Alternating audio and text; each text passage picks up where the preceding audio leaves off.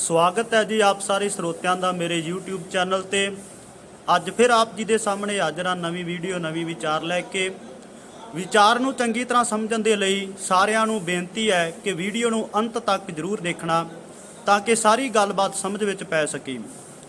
ਦੋਸਤੋ, ਇੱਕ ਗੱਲ ਆਪਾਂ ਚੰਗੀ ਤਰ੍ਹਾਂ ਸਮਝਦੇ ਹਾਂ ਕਿ ਜਦੋਂ ਵੀ ਕੋਈ ਲਿਖਾਰੀ ਕਿਸੇ ਇਤਿਹਾਸ ਨੂੰ ਲਿਖਦਾ ਏ ਤਾਂ ਇਤਿਹਾਸਕ ਤੱਥਾਂ ਤੋਂ ਇਲਾਵਾ ਉਹ ਆਪਣੀ ਖਿਆਲੀ ਉਡਾਰੀ ਕਲਪਨਾ ਵੀ ਲਿਖਤ ਵਿੱਚ ਸ਼ਾਮਲ ਕਰਦਾ ਏ ਤਾਂ ਕਿ ਉਹ ਆਪਣੀ ਲਿਖਤ ਵਿੱਚ ਰਸ ਭਰ ਸਕੇ, ਲਿਖਤ ਨੂੰ ਸਵਾਦਲਾ ਬਣਾ ਸਕੇ ਅਤੇ ਉਸ ਲਿਖਤ ਦਾ ਜਿਹੜਾ ਪ੍ਰਭਾਵ ਹੈ ਬਹੁਤੇ ਲੋਕਾਂ ਤੇ ਪੈ ਸਕੇ।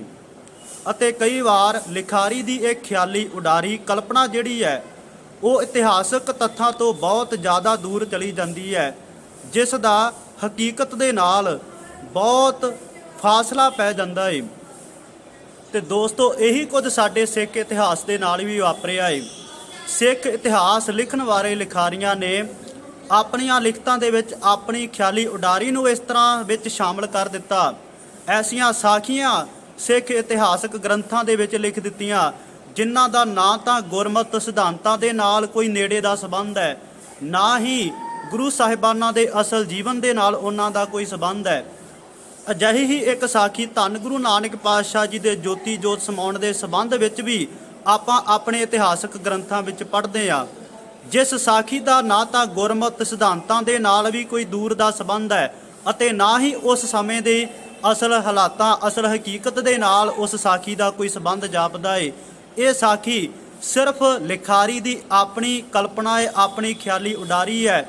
ਜਿਸ ਸਾਖੀ ਨੂੰ ਲਿਖਾਰੀ ਨੇ ਆਪਣੀ ਲਿਖਤ ਨੂੰ ਸਵਾਦਲਾ ਰਸ ਭਰਿਆ ਬਣਾਉਣ ਦੇ ਲਈ, ਜ਼ਿਆਦਾ ਲੋਕਾਂ ਦੇ ਉੱਪਰ ਪ੍ਰਭਾਵ ਪਾਉਣ ਦੇ ਲਈ ਕੇਵਲ ਇਸ ਸਾਖੀ ਨੂੰ ਆਪਣੇ ਤਰੀਕੇ ਦੇ ਨਾਲ ਸਿੱਖ ਇਤਿਹਾਸ ਦੇ ਵਿੱਚ ਸ਼ਾਮਲ ਕਰ ਦਿੱਤਾ ਹੈ। ਇਸ ਸਾਰੀ ਸਾਖੀ ਦਾ ਜ਼ਿਕਰ ਗਿਆਨੀ ਗਿਆਨ ਸਿੰਘ ਜੀ ਆਪਣੇ ਪੰਥ ਪ੍ਰਕਾਸ਼ ਗ੍ਰੰਥ ਵਿੱਚ ਇਉਂ ਕਰਦੇ ਨੇ। ਸ੍ਰੀ ਗੁਰੂ ਨਾਨਕ ਦੇਵ ਮੁਰਾਰੇ, ਜੋਤੀ ਜੋਤ ਮਿਲੇ ਮੁਦ ਧਾਰੇ, ਹਿੰਦੂ ਤੁਰਕ ਝਗਰਨੇ ਲਾਗੇ, ਮਜਬ ਪੱਖ ਅਗਨੀ ਕੇ ਦਾਗੇ, ਸ੍ਰੀ ਗੁਰ ਝਗਰਾ ਆਪ ਨਬੇਰਾ, ਲੋ ਪਲਿਓ ਕਰ ਨਿਜ ਤਨ ਫੇਰਾ, ਚਾਦਰ ਦੁਹਿਨ ਆਦ ਅਧ ਲੀਨੀ, ਉਨ ਜਾਰੀ ਉਨਹੂ ਦਬ ਦੀਨੀ। ਧੰਨ ਗੁਰੂ ਨਾਨਕ ਪਾਤਸ਼ਾਹ ਜੀ ਜਦੋਂ ਜੋਤੀ ਜੋਤ ਸਮਾਏ ਨੇ ਤਾਂ ਉਸ ਵੇਲੇ ਹਿੰਦੂਆਂ ਤੇ ਮੁਸਲਮਾਨਾਂ ਵਿੱਚ ਝਗੜਾ ਪੈਦਾ ਹੋ ਗਿਆ। ਹਿੰਦੂ ਕਹਿੰਦੇ ਨੇ ਕਿ ਸਾਡਾ ਗੁਰੂ ਹੈ ਧੰਨ ਗੁਰੂ ਨਾਨਕ ਪਾਤਸ਼ਾਹ ਜੀ, ਅਸੀਂ ਆਪਣੇ ਧਰਮ ਦੀਆਂ ਰੀਤਾਂ ਦੇ ਅਨੁਸਾਰ ਧੰਨ ਗੁਰੂ ਨਾਨਕ ਪਾਤਸ਼ਾਹ ਜੀ ਦੀ ਦੇਹ ਦਾ ਸੰਸਕਾਰ ਕਰਨਾ ਹੈ, ਅਗਨ ਭੇਂਟ ਕਰਨਾ ਹੈ। ਦੂਜੇ ਪਾਸੇ ਮੁਸਲਮਾਨ ਕਹਿੰਦੇ ਨੇ ਕਿ ਧੰਨ ਗੁਰੂ ਨਾਨਕ ਪਾਤਸ਼ਾਹ ਜੀ ਸਾਡੇ ਪੀਰ ਨੇ, ਇਸ ਕਰਕੇ ਅਸੀਂ ਆਪਣੇ ਧਰਮ ਦੀਆਂ ਰੀਤਾਂ ਦੇ ਅਨੁਸਾਰ ਇਹਨਾਂ ਦੇ ਸਰੀਰ ਨੂੰ ਦਫਨਾਉਣਾ ਹੈ। ਝਗੜਾ ਬੜਾ ਪੈਦਾ ਹੋ ਗਿਆ, ਵੱਧ ਗਿਆ। ਜਦੋਂ ਇਸੇ ਤਰ੍ਹਾਂ ਝਗੜਾ ਕਰਦਿਆਂ ਧੰਨ ਗੁਰੂ ਨਾਨਕ ਪਾਤਸ਼ਾਹ ਜੀ ਦੀ ਦੇਹ ਦੇ ਉੱਪਰ ਪਈ ਹੋਈ ਚਾਦਰ ਨੂੰ ਚੁੱਕਿਆ ਤਾਂ ਧੰਨ ਗੁਰੂ ਨਾਨਕ ਪਾਤਸ਼ਾਹ ਜੀ ਦਾ ਸਰੀਰ ਹੀ ਉੱਥੋਂ ਅਲੋਪ ਹੋ ਗਿਆ ਸੀ। ਇੱਥੋਂ ਤੱਕ ਕਿਹਾ ਜਾਂਦਾ ਹੈ ਕਿ ਉੱਥੇ 2 ਫੁੱਲ ਪਏ ਹੋਏ ਸਨ। ਫਿਰ ਉਹਨਾਂ ਕੀਤਾ ਕਿ ਝਗੜਾ ਫਿਰ ਵੀ ਖਤਮ ਨਾ ਹੋ ਸਕਿਆ। ਉਹਨਾਂ ਦੋਹਾਂ ਧੜਿਆਂ ਨੇ ਚਾਦਰ ਨੂੰ ਹੀ ਆਪਸ ਦੇ ਵਿੱਚ 2 ਟੁਕੜਿਆਂ ਦੇ ਵਿੱਚ ਵੰਡ ਲਿਆ। ਇੱਕ ਨੇ ਚਾਦਰ ਨੂੰ ਸਾੜ ਦਿੱਤਾ, ਅਗਨ ਭੇਂਟ ਕਰ ਦਿੱਤਾ। ਦੂਜੇ ਧੜੇ ਨੇ ਚਾਦਰ ਨੂੰ ਮਿੱਟੀ ਦੇ ਵਿੱਚ ਦਫਨਾ ਦਿੱਤਾ। ਪਰ ਝਗੜਾ ਖਤਮ ਨਹੀਂ ਹੋਇਆ, ਝਗੜਾ ਉਸੇ ਤਰ੍ਹਾਂ ਕਾਇਮ ਰਹਿ ਗਿਆ। ਜਿਹੜਾ ਹਿੰਦੂ ਮੁਸਲਮਾਨ ਦਾ ਵਿਤਕਰਾ ਏ ਉਹ ਉਸੇ ਤਰ੍ਹਾਂ ਉਹਨਾਂ ਦੇ ਅੰਦਰ ਬਣਿਆ ਰਿਹਾ। ਹੁਣ ਇਹ ਸਾਖੀ ਸਾਨੂੰ ਸੁਣਨ ਨੂੰ ਬੜੀ ਸਵਾਦਲੀ ਲੱਗਦੀ ਹੈ, ਪਰ ਅਸੀਂ ਇਹ ਗੱਲ ਵਿਚਾਰਨੀ ਹੈ ਕਿ ਇਸ ਸਾਖੀ ਦਾ ਗੁਰਮਤਿ ਸਿਧਾਂਤਾਂ ਦੇ ਨਾਲ ਕਿੰਨਾ ਕੁ ਸੰਬੰਧ ਹੈ, ਇਸ ਸਾਖੀ ਦਾ ਅਸਲ ਹਕੀਕਤ ਦੇ ਨਾਲ ਕਿੰਨਾ ਕੁ ਸੰਬੰਧ ਹੈ। ਇਸ ਸਾਖੀ ਦੇ ਸੰਬੰਧ ਵਿੱਚ ਸਭ ਤੋਂ ਪਹਿਲੀ ਗੱਲ ਇਹ ਸਾਂਝੀ ਕਰਨੀ ਹੈ ਕਿ ਧੰਨ ਗੁਰੂ ਨਾਨਕ ਪਾਤਸ਼ਾਹ ਜੀ ਦੀ ਬਾਣੀ ਨੂੰ ਪੜ੍ਹ ਕੇ ਵੇਖ ਲਈਏ। ਧੰਨ ਗੁਰੂ ਨਾਨਕ ਪਾਤਸ਼ਾਹ ਜੀ ਉਹ ਸ਼ਖਸੀਅਤ ਨੇ ਜਿਨ੍ਹਾਂ ਨੇ ਆਪਣੀ ਬਾਣੀ ਦੀ ਸ਼ੁਰੂਆਤ ਹੀ ਇੱਕ ਓੰਕਾਰ ਤੋਂ ਕੀਤੀ ਹੈ। ਸਾਰੀ ਕਾਇਨਾਤ ਨੂੰ ਇੱਕ ਦਾ ਹੀ ਰੂਪ ਦੱਸਿਆ ਏ। ਜਿਨ੍ਹਾਂ ਨੇ ਇਹ ਨਾਰਾ ਲਾਇਆ ਏ, ਨਾ ਕੋ ਹਿੰਦੂ ਨਾ ਮੁਸਲਮਾਨ। ਇੱਥੋਂ ਤੱਕ ਕਿ ਮੱਕੇ ਦੇ ਵਿੱਚ ਜਾ ਕੇ ਵੀ ਜਦੋਂ ਉੱਥੋਂ ਦੇ ਹਾਜੀ ਉਹਨਾਂ ਨੂੰ ਸਵਾਲ ਕਰਦੇ ਨੇ, ਪੁੱਛਲ ਫੋਲ ਕਿਤਾਬ ਨੂੰ ਹਿੰਦੂ ਵੱਡਾ ਕੇ ਮੁਸਲਮਾਨ ਹੋਈ, ਉੱਥੇ ਵੀ ਧੰਨ ਗੁਰੂ ਨਾਨਕ ਪਾਤਸ਼ਾਹ ਜੀ ਇਹ ਜਵਾਬ ਦਿੰਦੇ ਨੇ, ਸ਼ੁਭ ਅਮਲਾ ਬਾਝੋਂ ਦੋਨੋਂ ਰੋਈ।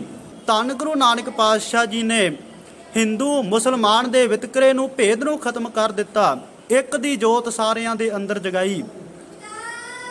ਫਿਰ ਧੰਨ ਗੁਰੂ ਨਾਨਕ ਪਾਤਸ਼ਾਹ ਜੀ ਨੂੰ ਆਪਣਾ ਗੁਰੂ ਮੰਨਣ ਵਾਲੇ ਹਿੰਦੂ ਕਿਵੇਂ ਝਗੜਾ ਪੈਦਾ ਕਰ ਸਕਦੇ ਨੇ ਕਿ ਅਸੀਂ ਆਪਣੇ ਧਰਮ ਦੀਆਂ ਰੀਤਾਂ ਅਨੁਸਾਰ ਇਹਨਾਂ ਦੀ ਦੇਹ ਨੂੰ ਅਗਨ ਭੇਂਟ ਕਰਨਾ ਹੈ।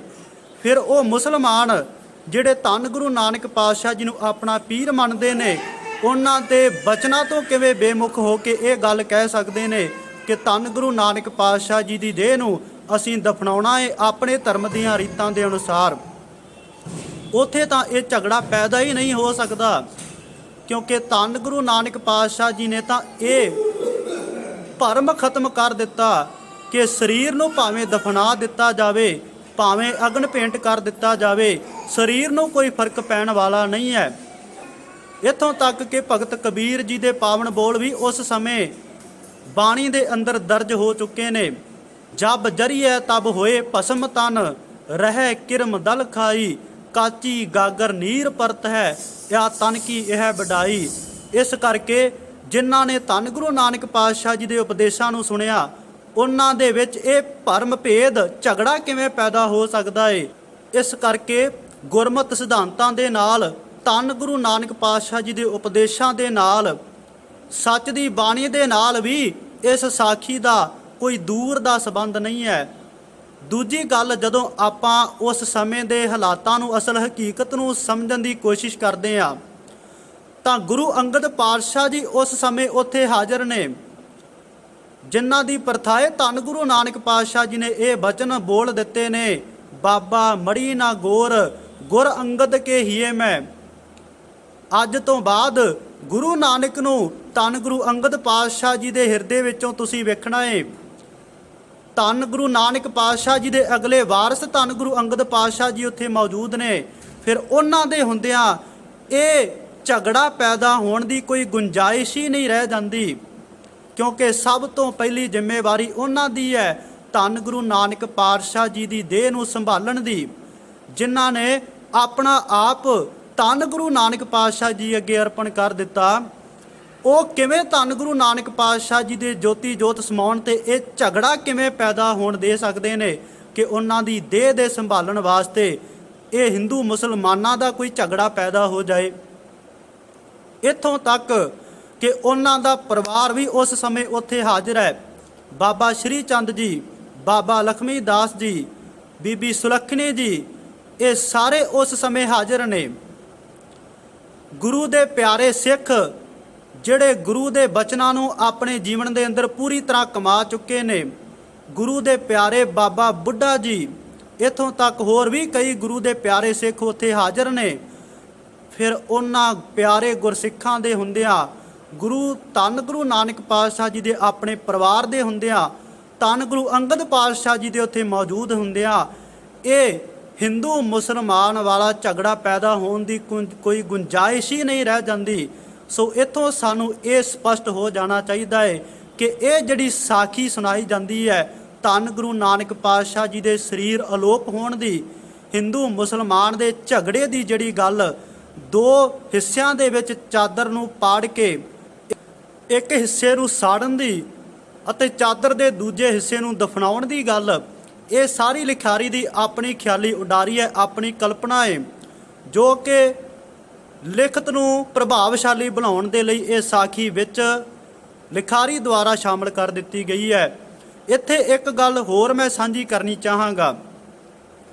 ਗਿਆਨੀ ਗਿਆਨ ਸਿੰਘ ਦੇ ਪੰਥ ਪ੍ਰਕਾਸ਼ ਗ੍ਰੰਥ ਦੇ ਵਿੱਚ ਲਿਖੇ ਹੋਏ ਆਪਣੇ ਹੀ ਬੋਲ ਇਸ ਸਾਰੀ ਸਾਖੀ ਨੂੰ ਖੰਡਨ ਕਰ ਦਿੰਦੇ ਨੇ, ਰੱਦ ਕਰ ਦਿੰਦੇ ਨੇ। ਗਿਆਨੀ ਗਿਆਨ ਸਿੰਘ ਜੀ ਲਿਖਦੇ ਨੇ, ਮੜੀ ਮਸਾਨ ਸਮਾਏ ਦਿਵਾਲਾ, ਪੂਜਨ ਪਾਹਨ ਪਾਣੀ ਜਵਾਲਾ, ਗੁਰ ਸਿੱਖ ਇਨਕੋ ਕੋਈ ਨਾ ਮੰਨੈ, ਇੱਕ ਅਕਾਲ ਕੀ ਭਗਤੀ ਠਾਨੈ। ਪੰਥ ਸਾਚ ਕਾ ਸ੍ਰੀ ਗੁਰੂ ਨਾਨਕ, ਪ੍ਰਗਟਾਇਓ ਸਭ ਜਨ ਸੁਖ ਦਾਨਕ। ਇਸੀ ਹੇਤ ਤੈ ਮੁਸਲੇ ਹਿੰਦੂ, ਸੇਵਤ ਗੁਰ ਕੇ ਭਏ ਬਿਲਿੰਦੂ। ਧੰਨ ਗੁਰੂ ਨਾਨਕ ਪਾਤਸ਼ਾਹ ਜੀ ਦੁਆਰਾ ਸਾਜਿਆ ਹੋਇਆ ਪੰਥ ਸੱਚ ਦਾ ਪੰਥ ਹੈ, ਵਹਿਮਾਂ ਭਰਮਾਂ ਕਰਮ ਕਾਂਡਾਂ ਤੋਂ ਮੁਕਤ ਹੋਣ ਵਾਲਾ ਪੰਥ ਹੈ। ਇਸ ਕਰਕੇ ਹਿੰਦੂ ਵੀ ਅਤੇ ਮੁਸਲਮਾਨਾਂ ਨੇ ਵੀ ਧੰਨ ਗੁਰੂ ਨਾਨਕ ਪਾਤਸ਼ਾਹ ਜੀ ਦੀ ਕਰਨੀ ਅੱਗੇ, ਸੱਚ ਦੇ ਬੋਲਾਂ ਅੱਗੇ ਆਪਣਾ ਸੀਸ ਨਿਵਾਇਆ। ਫਿਰ ਧੰਨ ਗੁਰੂ ਨਾਨਕ ਪਾਤਸ਼ਾਹ ਜੀ ਅੱਗੇ ਸੀਸ ਨਿਵਾਉਣ ਵਾਲੇ ਹਿੰਦੂ ਮੁਸਲਮਾਨ ਉਹਨਾਂ ਦੇ ਜੋਤੀ ਜੋਤ ਸਮਾਉਣ ਤੇ ਝਗੜਾ ਕਿਵੇਂ ਪੈਦਾ ਕਰ ਸਕਦੇ ਨੇ ਕਿ ਅਸੀਂ ਉਹਨਾਂ ਦੇ ਸਰੀਰ ਨੂੰ ਅਗਨ ਭੇਂਟ ਕਰਨਾ ਹੈ ਜਾਂ ਅਸੀਂ ਉਹਨਾਂ ਦੇ ਸਰੀਰ ਨੂੰ ਦਫਨਾਉਣਾ ਹੈ। ਜਿਨ੍ਹਾਂ ਨੇ ਧੰਨ ਗੁਰੂ ਨਾਨਕ ਪਾਤਸ਼ਾਹ ਜੀ ਦੇ ਮੂੰਹੋਂ ਸੱਚ ਦੇ ਬੋਲਾਂ ਨੂੰ ਸੁਣਿਆ, ਉਹ ਤਾਂ ਇੱਕ ਨਿਰੰਕਾਰ ਦੀ ਭਗਤੀ ਦੇ ਨਾਲ ਜੁੜ ਗਏ। ਉਹਨਾਂ ਦੇ ਅੰਦਰੋਂ ਤਾਂ ਹਿੰਦੂ ਮੁਸਲਮਾਨ ਦਾ ਵਿਤਕਰਾ ਹੀ ਖਤਮ ਹੋ ਗਿਆ। ਫਿਰ ਇਹ ਝਗੜੇ ਦੀ ਕੋਈ ਗੁੰਜਾਇਸ਼ ਹੀ ਨਹੀਂ ਰਹਿ ਜਾਂਦੀ। ਧੰਨ ਗੁਰੂ ਅੰਗਦ ਪਾਤਸ਼ਾਹ ਜੀ ਨੇ ਉਸ ਸਮੇਂ ਆਪ ਆਪਣੇ ਹੱਥੀਂ ਧੰਨ ਗੁਰੂ ਨਾਨਕ ਪਾਤਸ਼ਾਹ ਜੀ ਦੀ ਦੇਹ ਦੀ ਸੰਭਾਲ ਕੀਤੀ ਹੈ। ਸੋ ਉਮੀਦ ਹੈ ਆਪ ਸਾਰਿਆਂ ਨੂੰ ਇਹ ਵੀਡੀਓ, ਇਹ ਵਿਚਾਰ ਜ਼ਰੂਰ ਪਸੰਦ ਆਈ ਹੋਏਗੀ। ਸੋ ਹੁਣ ਦਿਓ ਇਜਾਜ਼ਤ ਜੀ, ਮਿਲਦੇ ਹਾਂ ਅਗਲੀ ਨਵੀਂ ਵੀਡੀਓ ਦੇ ਵਿੱਚ ਆਪ ਸਾਰਿਆਂ ਦੇ ਨਾਲ। ਤਦ ਤੱਕ ਲਈ ਸਾਰਿਆਂ ਨੂੰ ਵਾਹਿਗੁਰੂ ਜੀ ਕਾ ਖਾਲਸਾ, ਵਾਹਿਗੁਰੂ ਜੀ ਕੀ ਫਤਿਹ।